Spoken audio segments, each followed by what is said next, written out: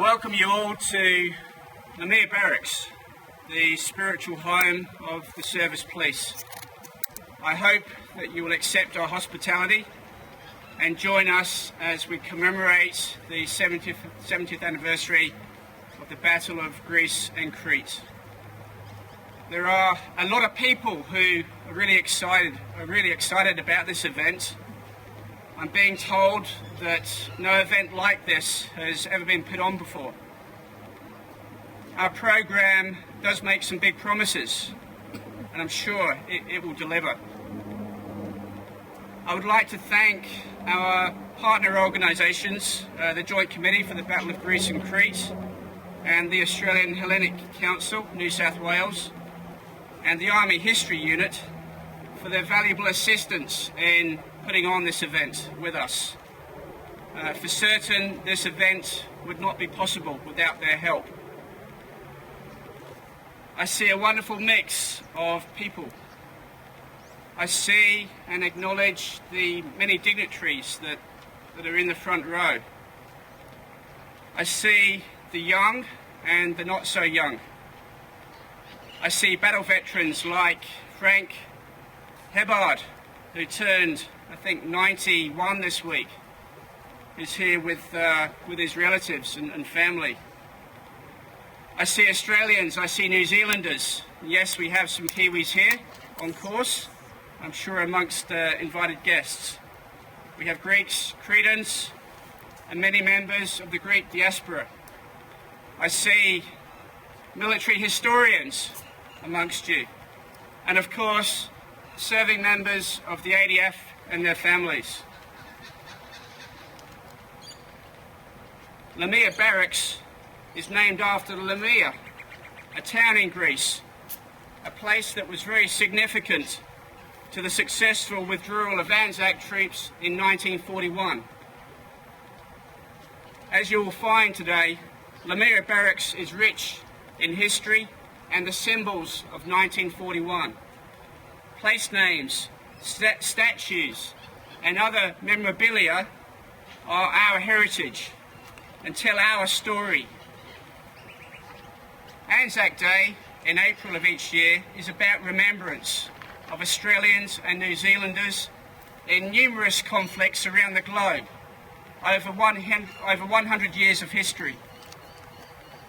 In stark contrast, the Battle of Greece and Crete is focused on just one conflict, lasting just a few weeks of 1941. Characteristically, this commemoration focuses on the very special relationship forged between Greeks and Anzacs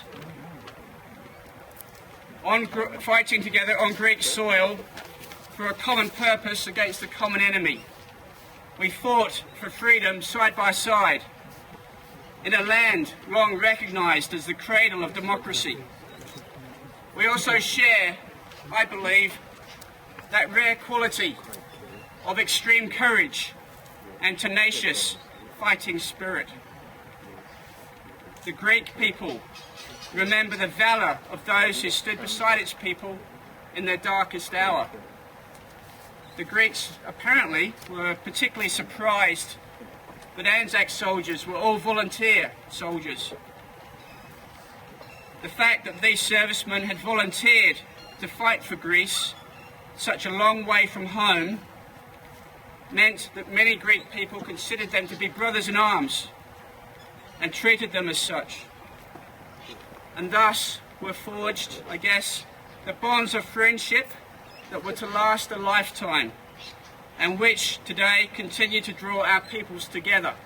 Whilst the battles of Greece and Crete of 1941 ultimately ended in the military defeat of the Allied forces and then the Axis occupation of the Greek people, the tenacity, the courage, the fighting spirit of the forces impressed many.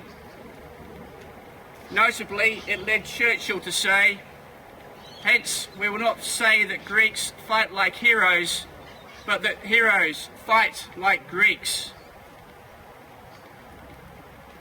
So my key message of today is that we gather here, as we should always gather, not to glorify war, but to remind ourselves that we value who we are and the freedoms that we possess, and to acknowledge the courage and the ultimate sacrifice of those who, in the heat of war, have shaped the identity of our proud nations. In conclusion, I congratulate the Battle Committee on their work in ensuring that the Battle of Greece and Crete remains within our collective consciousness. Please have a great time this afternoon. Commemorate this great occasion with us. Sas efristo. Thank you. A great honor for me being with you today to commemorate and even celebrate our common and unique experiences. An experience that has been fostered through the unique testing of the battlefield of throughout the whole Greece, where we are always grateful to be together and get together spontaneously and immediately by our Australian colleagues, New Zealanders, Anzacs, and other allied forces. This bond has given us a lot of confidence and inspiration for our common future also. Lamia was the convergence place of all the forces of the alliance, Australian, New Zealanders, UK and Greeks all together, withdrawing orderly or disorderly, but always helping each other in these uniquely difficult situations. And through this unique experience, human bonds have been strongly tested and created. I think the Lamia convergence place was, we may mention, the last place before the final withdrawal of all the troops of the alliance towards the Crete island, wherefrom they have continued to North Africa and Egypt mainly. We are very grateful that you remember these unique moments in this very prominent, next to Sydney, training place, that the Lamia name is used, and it gives to all of us the real inspiration to continue to training militarily, but also in all other meanings, because this is the way to preempt and even to prevent situations like the Second World War or the First World War to happen again. It is thanks to our common bonds, it is thanks to our common culture, and also to our common history that it is created on a daily basis together with Australia, that we feel confident that again we will succeed, again we will deter situations, negative situations, disastrous situations happening again in our humanity. Thank you for offering us this guarantee of your daily devoted training and inspiration that you provide through this unique, for us, barracks. Congratulations. Honoured guests, ladies and gentlemen, distinguished veterans as well, and most importantly, members of the Greek Australian community. Reflecting on the campaign in Greece can draw from us mixed emotions.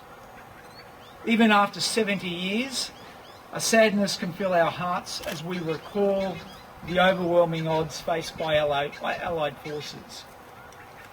However, a certain pride can be felt as we remember the bravery of the many Australians who served alongside the Greek army. in 1941. 70 years later, we are gathering to remember that campaign.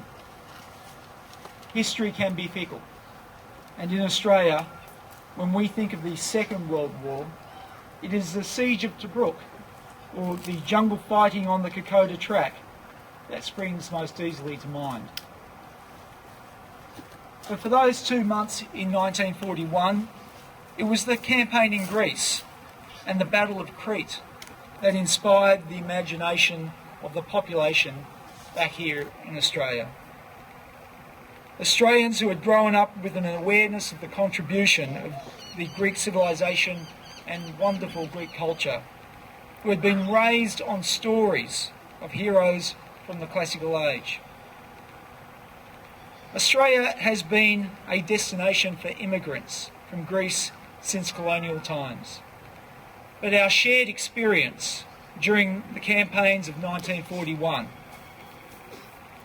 added a new dimension to that relationship, a bond that we see in the faces of veterans when they return to Greece and Crete, and in the lives of Greek families who have made Australia their beloved home. In a few days, a number of senior New South Wales high school students will make a pilgrimage to Gallipoli and to Greece. The 2011 Premier's Anzac Memorial Scholars will stand where our forebears stared down the enemy.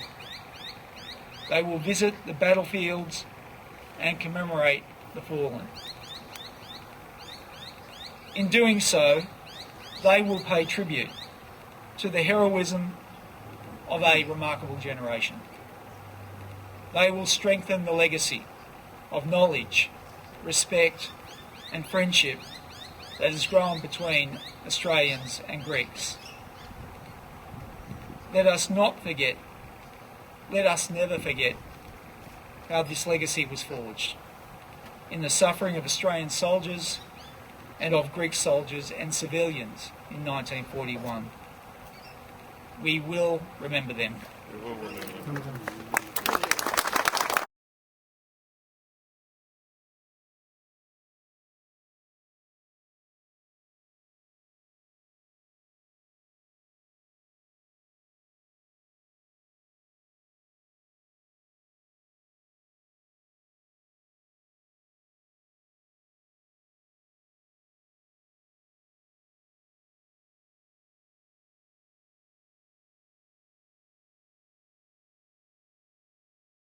Holy, mighty, holy Lord, have mercy on us. Glory to the Father and the Son and the Holy Spirit, was now and forever and to the age of ages. Amen.